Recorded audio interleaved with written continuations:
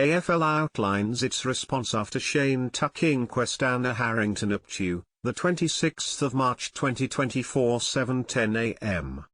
The AFL is considering introducing limits on contact at training and having independent doctors at top-flight games to help assess concussion and head knocks.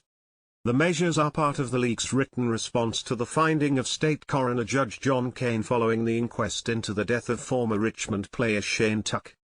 Tuck died by suicide in July 2020 and was subsequently diagnosed with the degenerative brain condition chronic traumatic encephalopathy, CTE. In December last year, the coroner recommended limiting the number of contact training sessions before, during and after the regular season from 2025, as well as hiring independent doctors to assess players who suffer head knocks in AFL and AFLW games. The nightly get in front of tomorrow's news for free. Journalism for the curious Australian across politics, business, culture and opinion. Read now. The AFL welcomed the coroner's recommendations, saying they would form part of our ongoing process of consideration of potential improvements in our strategic approach to the prevention and management of concussion and other head trauma in Australian football. The AFL noted it had already banned boxing and sparring at training, and that further recommendations would be based on a review of training data plus input from the clubs, players and coaches.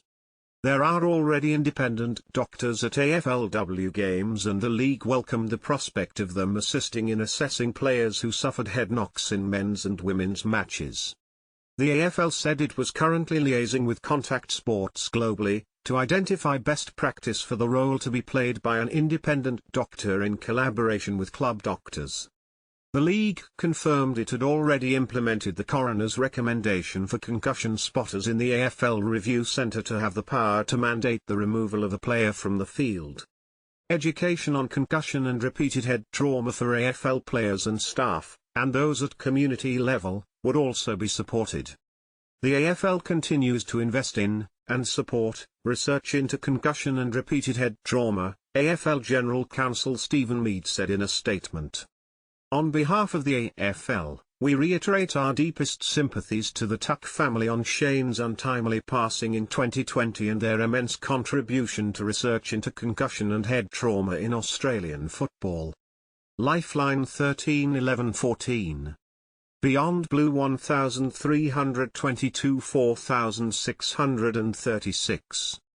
Get the latest news from thewest.com.au in your inbox.